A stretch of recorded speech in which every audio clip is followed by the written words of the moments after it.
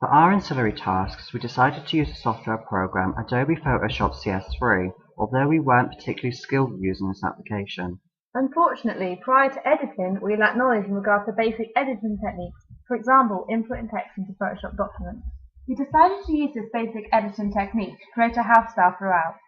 Furthermore, to enhance our skills on Photoshop, we decided to watch various tutorials on YouTube, specifically ones that involved editing people's faces.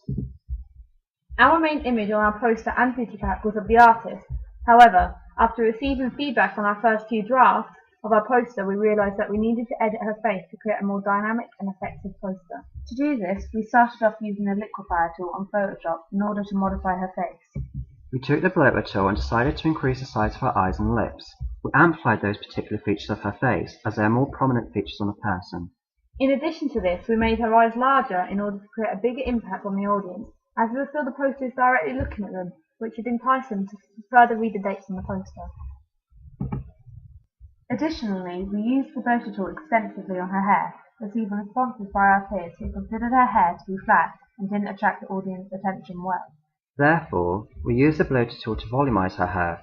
As well as this appealing to our target audience, it also filled in the empty space around the poster, which was there previously. After volumizing her hair, we realized the edges looked rough and didn't create a professional look. To correct this problem, we used the forward warp tool around the edges to smooth down the rough cut the bloater tool caused. In doing this, it made our photo look professional and to a high standard. We used the pucker tool on the nose and eyebrows to make her features smaller.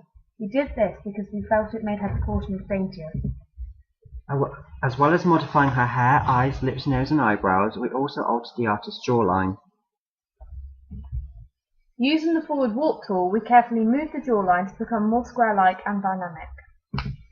We felt by doing this it made her look more attractive, as it made her face more symmetrical and looked eye-catching to an audience, rather than the more curved jawline there was beforehand.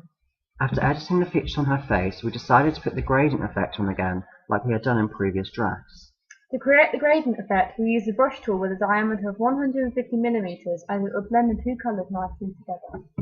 However, to create a full gradient effect, we used the gradient tool.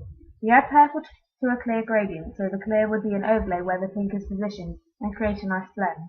We did not use the gradient tool for both colours together, as when we tried this it looked unprofessional. As well as this, the gradient was not positioned well when we tried the two-tone gradient, as it was focused on her face and not the female protagonist's neck, which we preferred. After we filled in the gradient, we added text to the poster. The use of the font, Cambria, size 20 for the title, we felt conformed to the convention of generic floor posters. We used the rectangle tool to create borders around the text. This was done to make the poster more professional and correspond with our Digibax house style. After looking at our poster, we felt we needed to add something to the bottom corners of the poster. Therefore, we inserted a Facebook and iPhone barcode, which would enable our target audience to interact online by the use of online media to our artist.